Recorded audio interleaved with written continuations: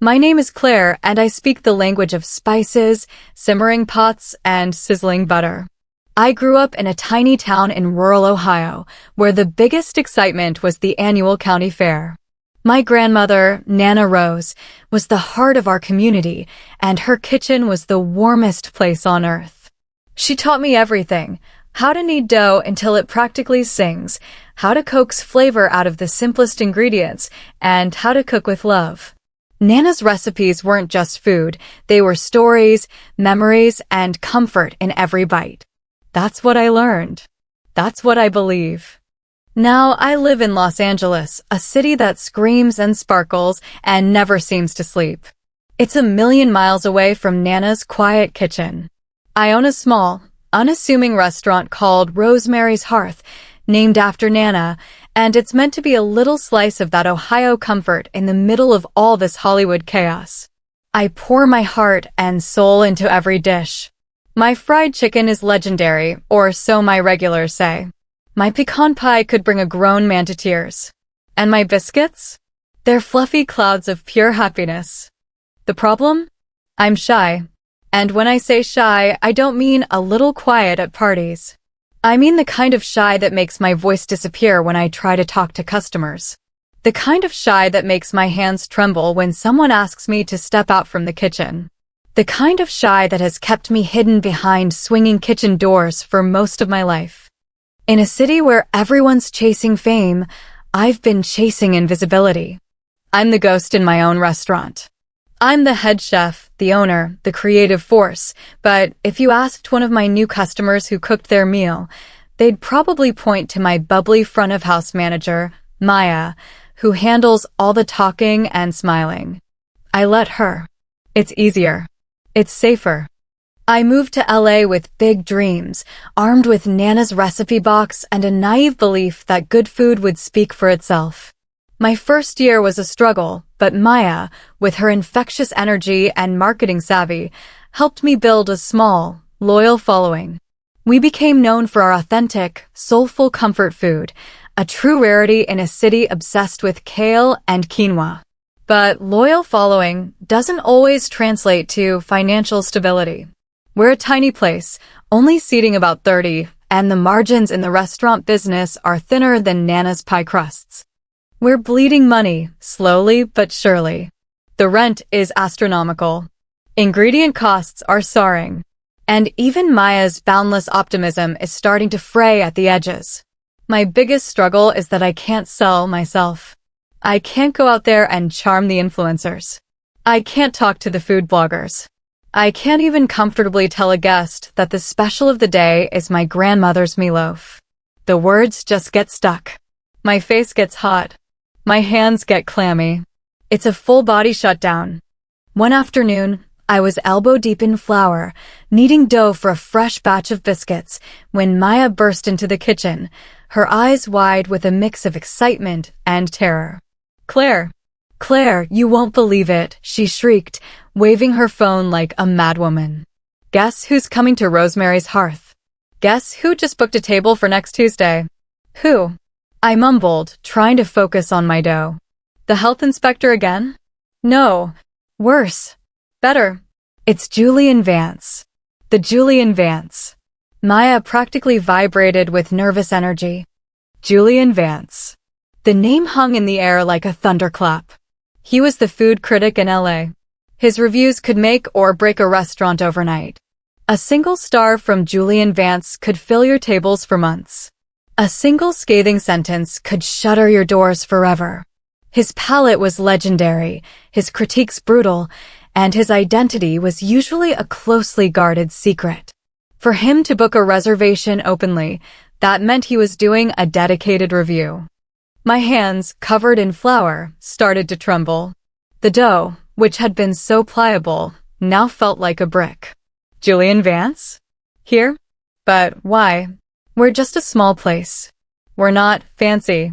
Maya took a deep breath. I don't know why, Claire.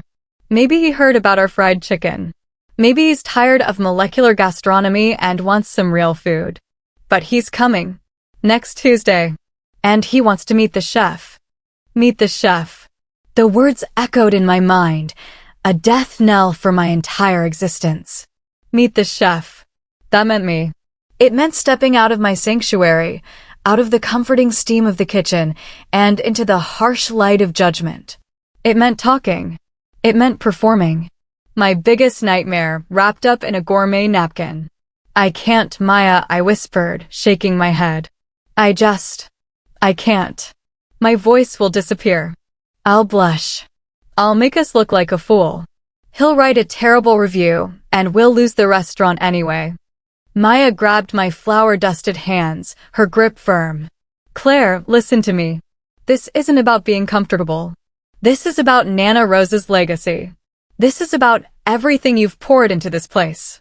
Your food speaks volumes, but sometimes the person behind the food has to speak too. This is our chance. Our only chance. You have to do this. For the biscuits. For the pie. For Nana. I looked at the dough, then at Maya's determined face, and then out the kitchen window at the bustling, indifferent streets of LA. Losing Nana's hearth was a fate worse than any public speaking disaster. Maybe, just maybe, my love for Nana, my passion for this food, could be stronger than my fear. It felt like standing at the edge of a cliff, about to take a leap into the terrifying unknown. But for the first time, the thought of protecting something I loved felt bigger than the fear of being seen. This wasn't just about a meal. It was about everything. The week leading up to Julian Vance's visit was a blur of frantic preparation and escalating panic. Every pot, every pan, every spoon in Rosemary's hearth was scrubbed until it gleamed. We deep-cleaned every nook and cranny, something I usually only did when I couldn't sleep. Maya repolished the silverware a dozen times. I, meanwhile, spent every waking hour in the kitchen, meticulously perfecting Nana's classic recipes, treating them like precious jewels. My fried chicken had to be crispier than ever, my collard greens more soulful, my cornbread fluffier than a cloud. This wasn't just a meal. It was an audition for our very existence. My biggest dread, however, wasn't about the food. It was about me. Maya, bless her heart, understood. She pulled out an old self-help book she called her Confidence Bible from her college days. All right, chef, she'd say, clapping her hands. Practice time. Imagine Julian Vance is sitting there. What do you say? She'd stand across from me, playing the role of the intimidating critic. I'd try to explain the subtle smoky notes in the brisket or the secret ingredient in the mac and cheese. But my voice would shrink, my face would burn, and I'd inevitably end up mumbling, It's good. Maya would sigh dramatically. Claire, it's good is not going to save the farm. You're not just selling food, you're selling story. You're selling Nana Rose. You're selling you. She made me practice in front of the mirror, holding a wooden spoon like a microphone. I hated it. I looked like a terrified squirrel caught in headlights. My shoulders would hunch. My eyes would dart away. My voice would crack. Project, Claire, project.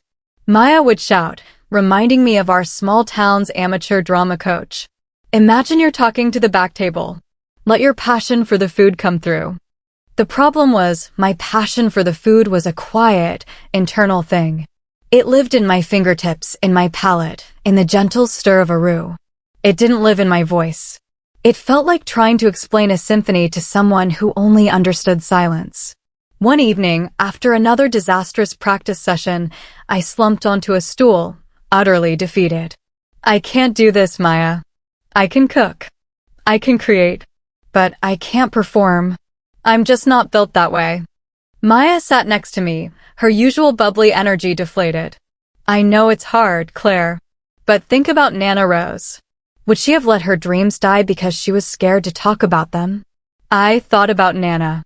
Nana, who used to stand in front of the whole church after Sunday service, holding court, telling stories, and making everyone feel seen and loved.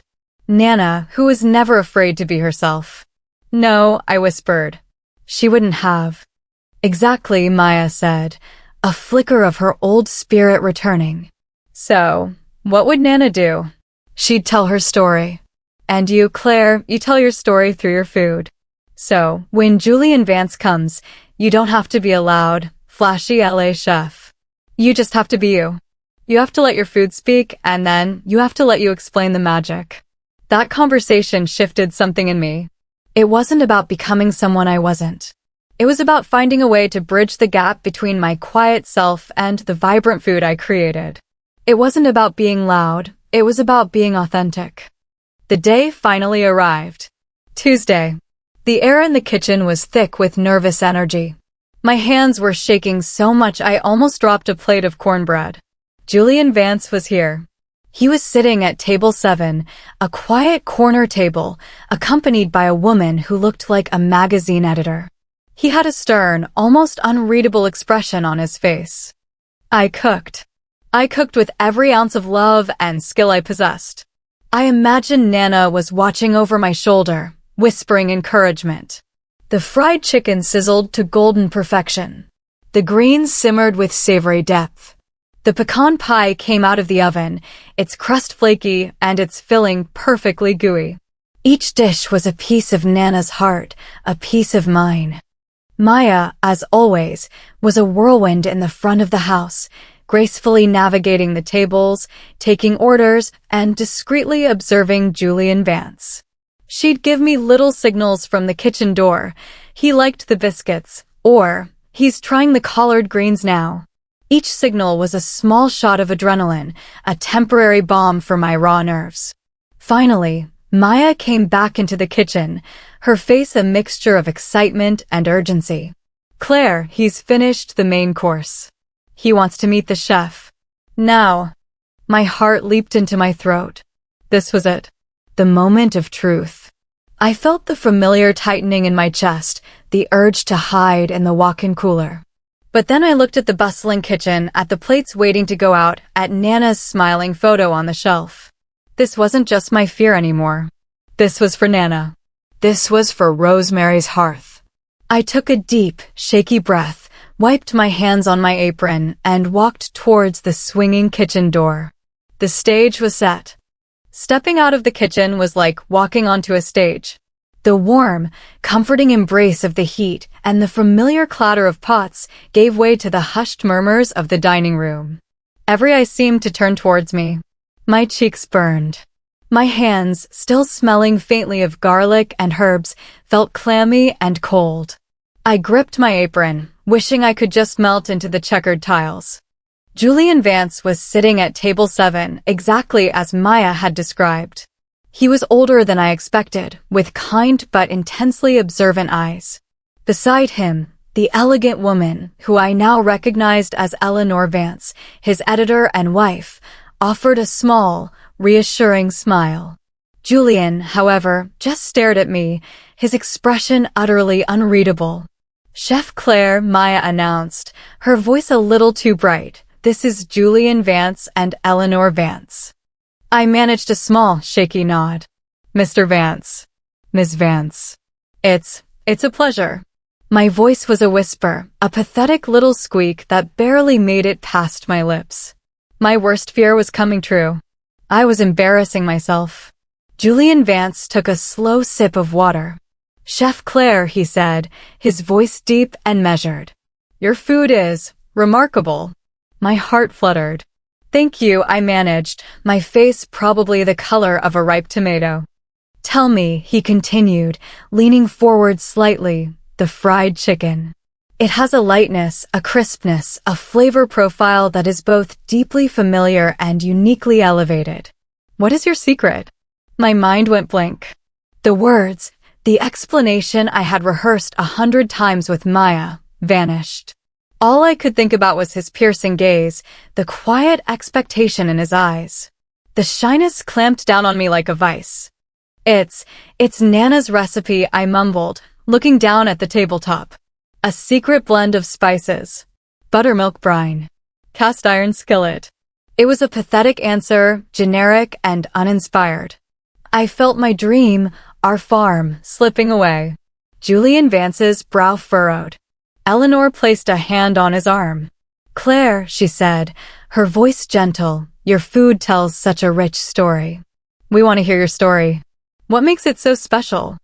Her kindness, paradoxically, made me feel even more exposed. I wanted to run. I wanted to hide. I felt the familiar tightness in my chest, the hot flush spreading up my neck. I was failing. Then I looked at the plate in front of him. A single, perfectly cooked piece of fried chicken, surrounded by a delicate arrangement of collard greens and a fluffy biscuit. I saw my grandmother's hands years ago, carefully flouring chicken, her humming a low melody. I smelled the rendered fat, the warm spices. I remembered the feeling of comfort, of home, that food evoked. It wasn't about me. It was about her. It was about Nana.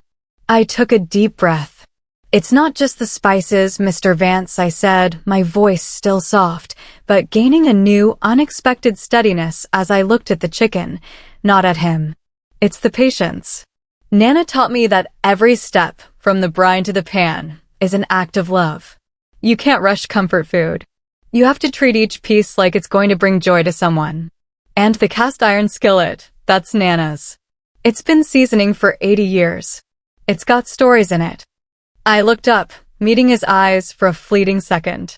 Every dish here, I continued, my voice now clear and confident, infused with the passion I had tried so hard to hide. Every biscuit, every pie, every side dish. It's a piece of Nana's kitchen. It's about bringing that feeling of home, that taste of tradition, to people who might be 1,000 miles away from their own Nana. It's about soul. Not just flavor, but soul. Julian Vance didn't say anything for a long moment. He just looked at me, a thoughtful expression on his face. Then he slowly, subtly smiled. It wasn't a wide, flashy smile, but a genuine one that reached his eyes. Soul, he repeated softly. Yes, that's precisely it, Chef Claire.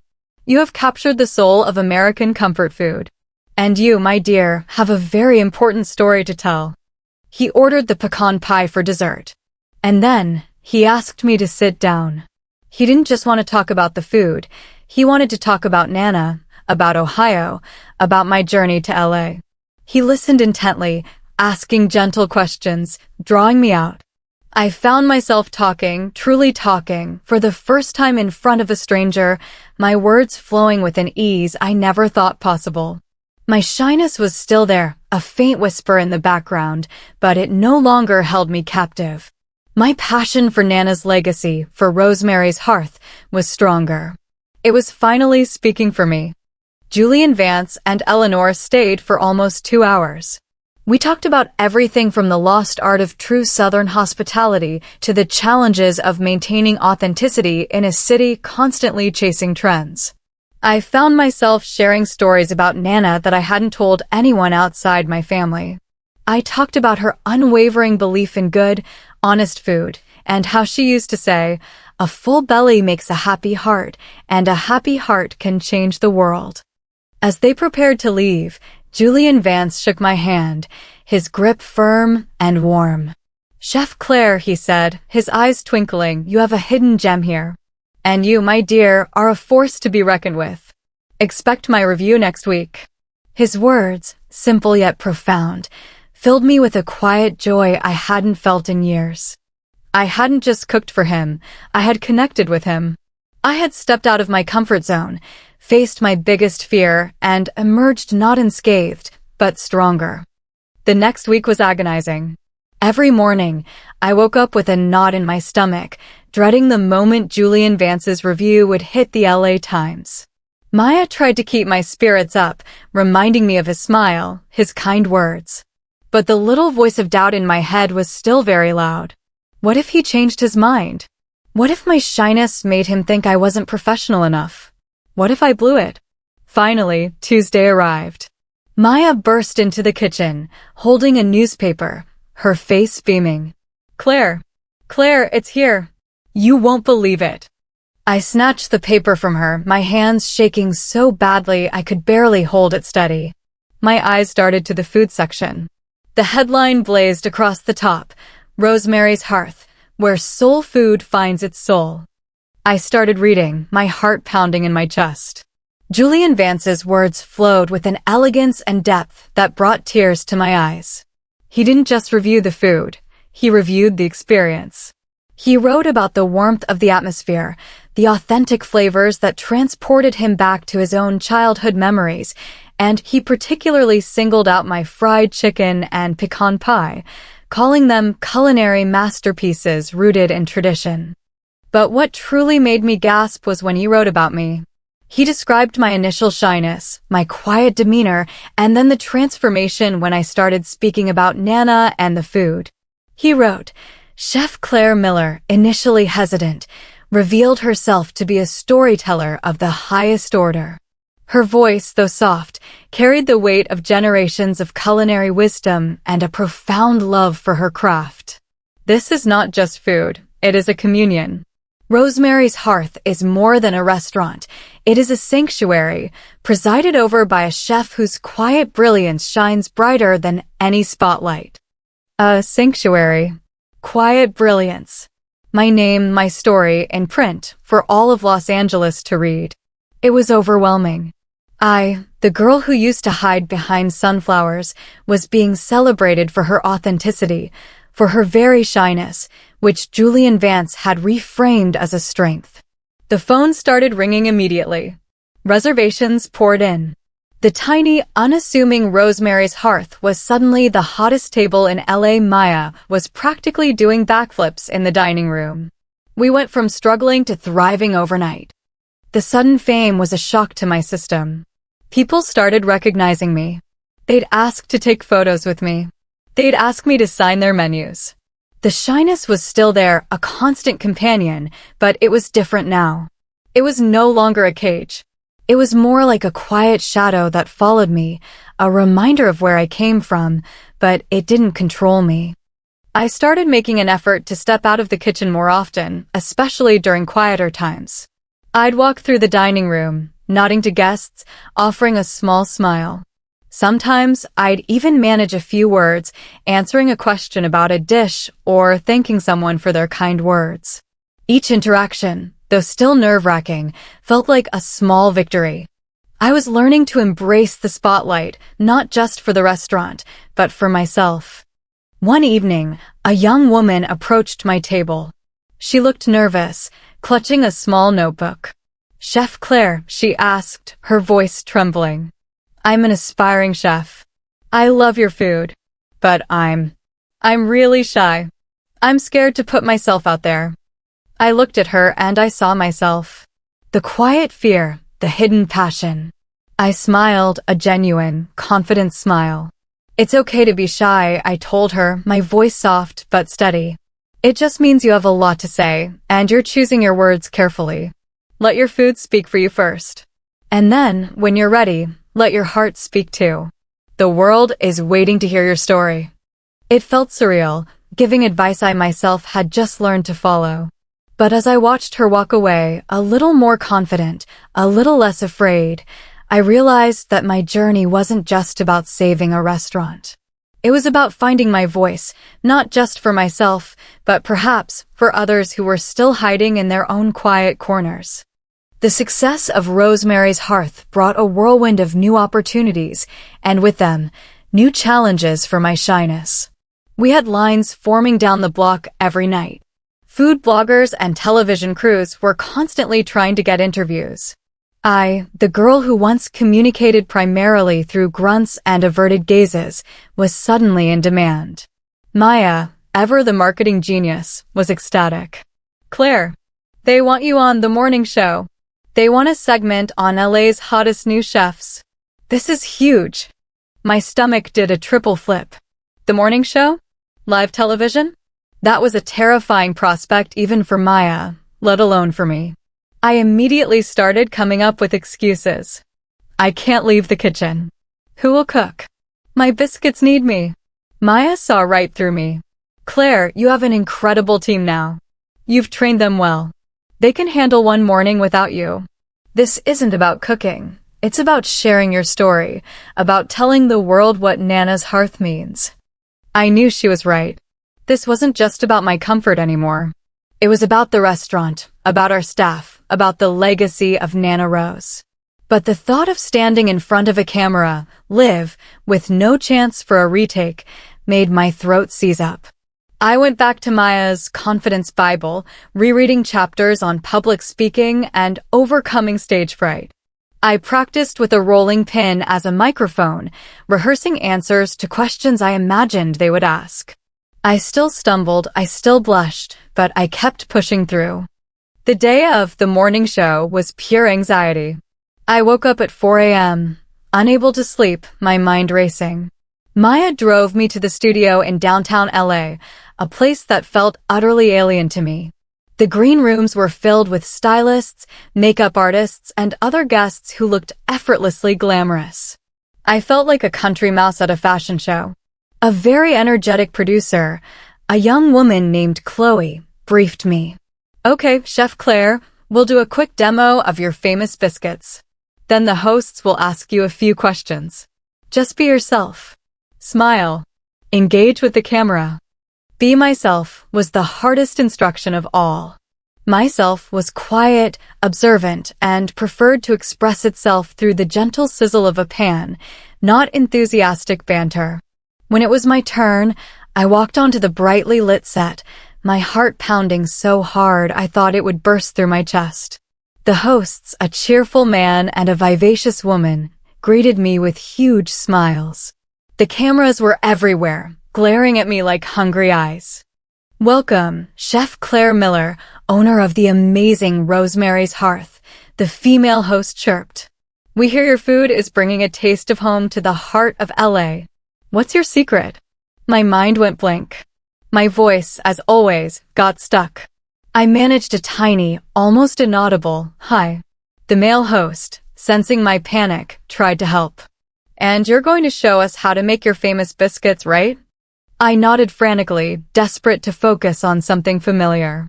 I started demonstrating, my hands finding comfort in the rhythm of kneading dough, cutting butter, and shaping the fluffy rounds. As I worked, my confidence slowly returned. My hands moved with a practiced grace that belied my internal turmoil. "Tell us about these biscuits, chef," the female host prompted gently. I took a deep breath.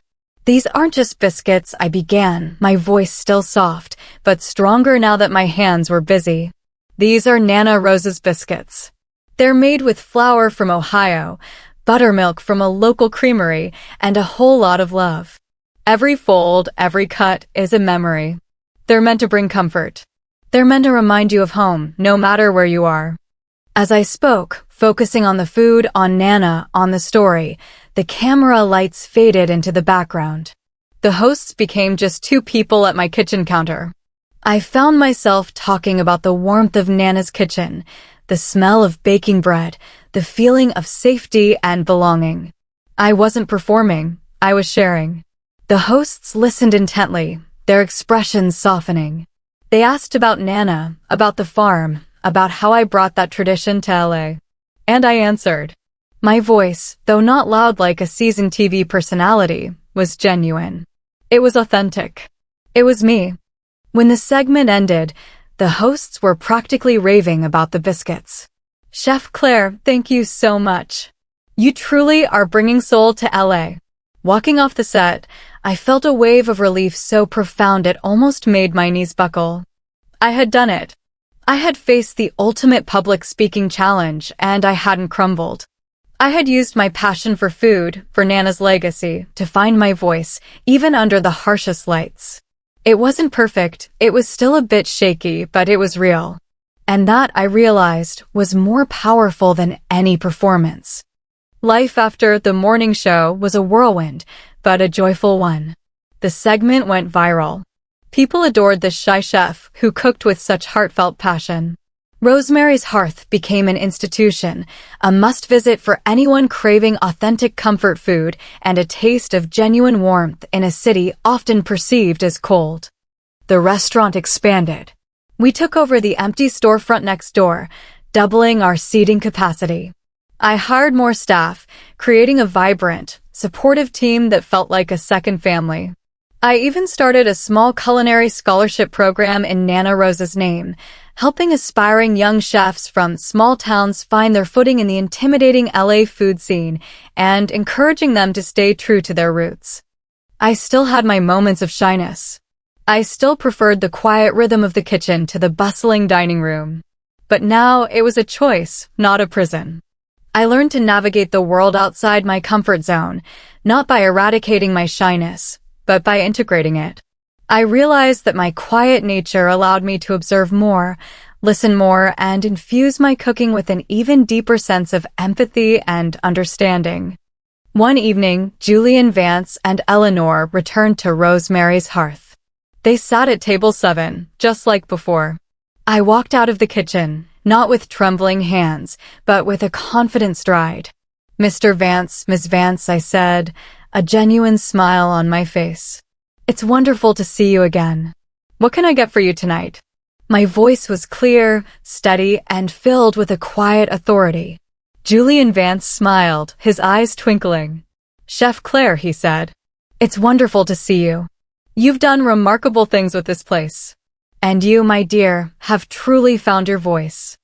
We talked for a while, not just about the food, but about life, about the challenges of balancing tradition with progress, and about the importance of authenticity. He told me he was writing a book about chefs who were changing the culinary landscape, not with trends, but with soul. He wanted to feature me and Rosemary's Hearth prominently. "It will involve some public appearances, I'm afraid," he warned, a mischievous glint in his eye. I just laughed. "I think I can handle it, Mr. Vance. I've learned that sometimes the quietest voices make the biggest impact." As the years passed, Rosemary's Hearth thrived. It became a beacon of comfort and tradition, a place where people came not just for the food, but for the feeling of home.